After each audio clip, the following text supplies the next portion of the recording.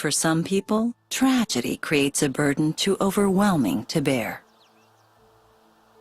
And while mourning may provide relief for many of us, for others, it does nothing to alleviate their pain and suffering.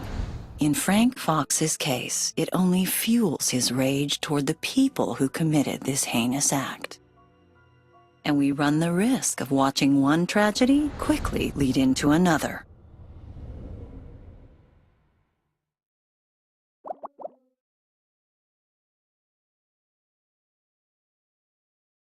May I speak with you for a moment? Well, as I'm sure you're well aware, there's an ongoing investigation into Daniel Fox's murder. We haven't had much success getting information on the perps. If you're interested in getting the details, the officer on post at the Fox house should be able to fill you in. Who knows? Maybe you'll be able to help us out.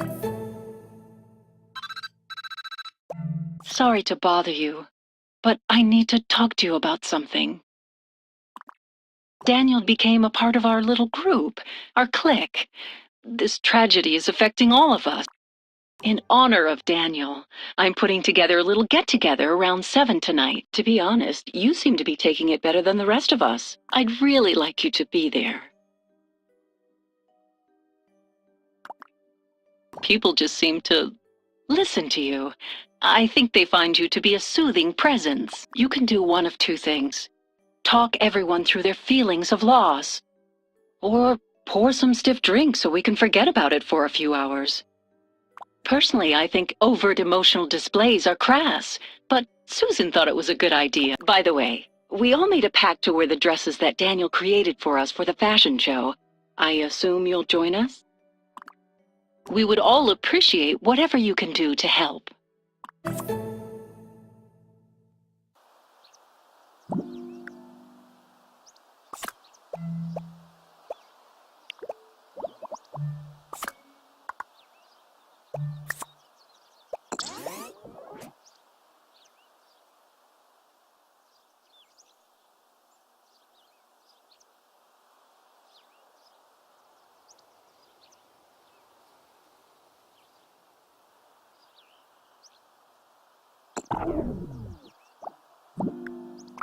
Good day to you, ma'am. Is there something I can do for you? And what's that?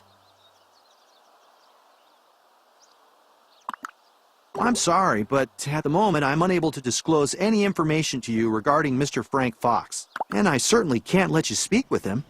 I was told to stand here and see to it no one went inside. This is a crime scene, you know. Hey, you.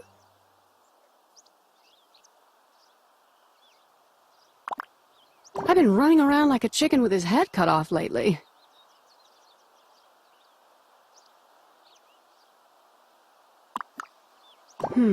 Let's just say the whole murder in the neighborhood thing isn't exactly a boon for the real estate business. I've been so busy rustling up prospective clients that I haven't been able to spend time with Carl.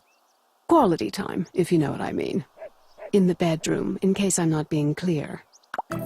Right now, I'm on my way to check out another house going on the market. I'll take care of Carl tonight. And it looks like you're already talking to someone. A handsome someone, if I may say so. Is this strapping young policeman here giving you a hard time? No, ma'am. I'm just following orders. And you're doing an excellent job at that. Tell you what, why don't I fill her in instead? Wait. You're looking for Frank, right? I don't know for sure, but I can tell you where I think he is. Miss? You actually just missed him. That's confidential information, ma'am. I'd appreciate it if you refrained from divulging information regarding Mr. Fox as he relates to this... They put him in a squad car just a little while ago. Hey! I don't think he was under arrest. Officer Friendly here didn't even put handcuffs on him. He did let me play with him, though. Besides, Officer Kyle's not the type to manhandle a perp. Wait a minute, how do you know Kyle? I was his date to the policeman's ball last year. Trust me, he is more than adept at handling a woman. But a man? Not him. But they canceled last year's policeman's ball. Well, why else did they have all those handcuffs and men in uniform in one place? You're new on the force, aren't you? I'm not that new. Don't worry about Frank. I'm sure they just wanted him to look through mugshots or something. He'll be there for a while before they take him to the safe house. Well, there you go. From the lips of cute little Officer Friendly here. He's at the station if you want to see him. You've been so much help. Maybe I'll put in a good word with Officer Kyle. Thanks, but don't tell him what I said about Mr. Fox. Oh, don't worry. My lips are sealed. At least when it comes to talking.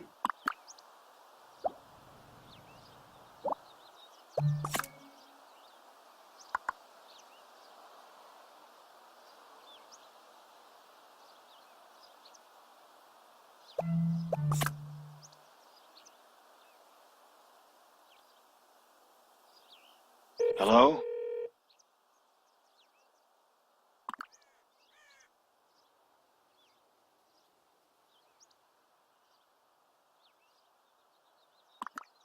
The loss?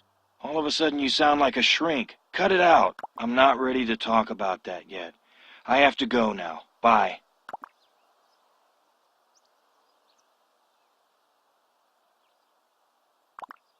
It's not something you need to be concerned about. I'm not ready to talk about that yet. I have to... Sure, we can talk for a minute or two. I've been doing a lot of talking today. First, an officer talked with me at my house. Then I was questioned in a small room at the precinct.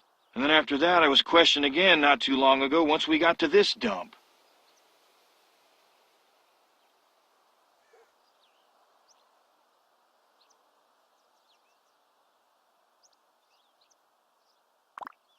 I'm down at the police station right now. They're calling it questioning, but they've been grilling me for hours in this godforsaken, freezing cold room. They have me doing all sorts of crazy things here at the precinct. The last thing I want to do is answer more questions.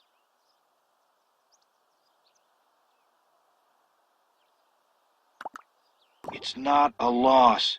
My brother was murdered. I'm not ready to talk about that yet. They just finished questioning me. Now they're taking me somewhere else for my safety, which sounds like a load of bull, but whatever. We're headed to a safe house. I've been told that I'm not supposed to talk about it, but they can all go to hell for all I care. And if that bothers them, tough. On a day like this, I have the right to be a little pissed off. Right now, I just want to get out of this place. These cops are making me nervous. I respect cops and all, but it's starting to make me feel like I've done something wrong. My brother was the goddamn victim here. Protect and serve my ass. The loss, right. I'm holding up all right. Right now, I'm just taking it day to day. There really isn't anything I can do from here.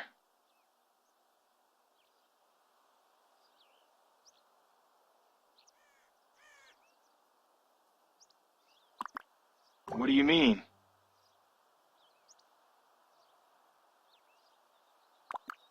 If you think you can, then do it. I'd like to help, but it looks like I'll be stuck in some seedy motel somewhere watching the boob tube. Oh, right. So, you're gonna need to do some legwork if you plan on finding anything out. If you have any way of finding out what the cops actually know, that would be a start.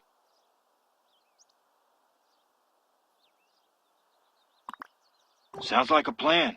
Get as much information as you can. We'll figure something out from there. People like talking to you, so it shouldn't be hard. And keep me updated. If I'm in the loop with this whole thing...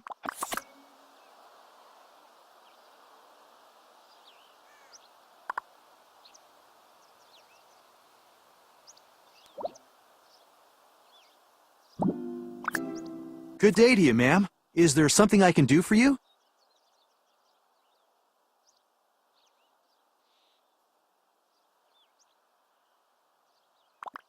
For me? No, I'm really not in need of anything at the moment. But thanks. I appreciate it. You know what? I'm glad you see it that way. Because I don't think we get enough respect around here. Because I take my job seriously, whereas other people might not do that in my position. Like some people would slack off if they were here guarding a crime scene, but not me. That's not how I do things. I don't even care if they have 2 primary suspects and only a few facts. I plan to work just as hard here as if I were out trying to find more leads in the case. Exactly. I mean, yeah, There were 2 guys walking around the neighborhood that night. Yeah, there are 2 ex-cons in the area. Heck, on this very street. And yeah, they were even verified to be in the vicinity when the murder occurred at 11 p.m. that night. But it doesn't matter to me. Investigation wasn't my assignment. The rest of the squad can deal with finding information about Michael Solis and Carlos Delfino. I'm just fine out here. Personally, this is what I think happened.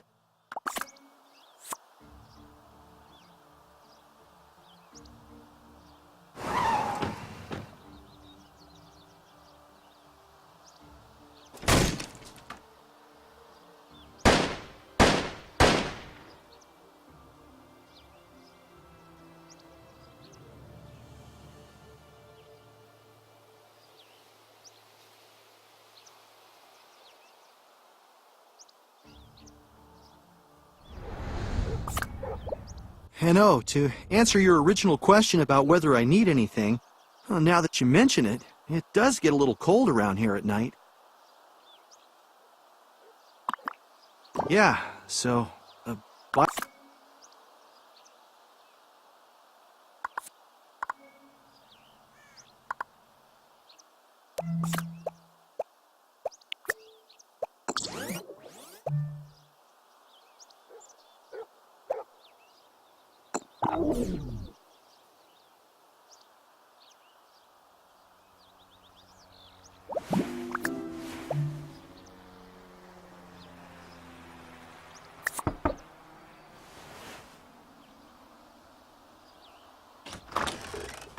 Hey there. What's going on?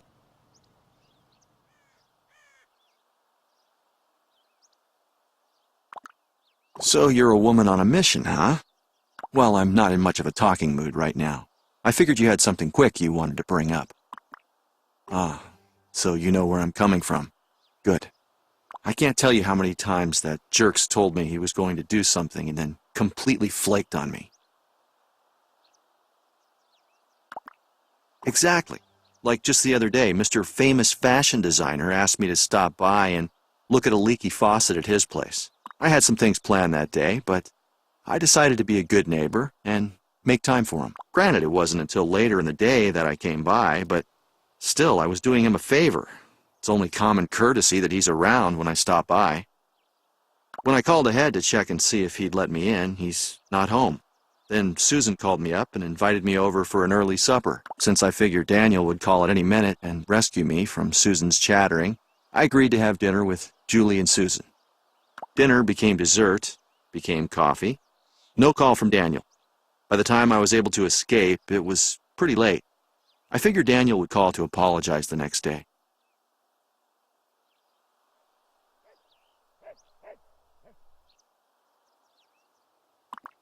We spoke in the morning, but I didn't get a hold of him for the rest of the day. But nothing since. Not on my cell phone, and nothing since I'm back in town. It's like he just dropped off the face of the earth. But I know he's gonna call. He always does. Probably just when I'm about to fall asleep tonight.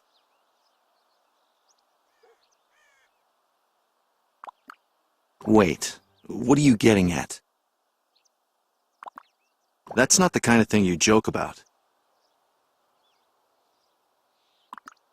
Wow, I don't even know what to say. I already told you everything I know. I was with Susan and Julie that night, sort of a dinner and kidnapping combined, since Susan didn't seem to want to let me leave. Anyway, I left around 11.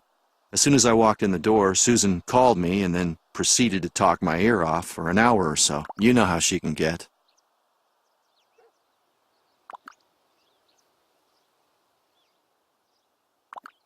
Yeah, good luck with that.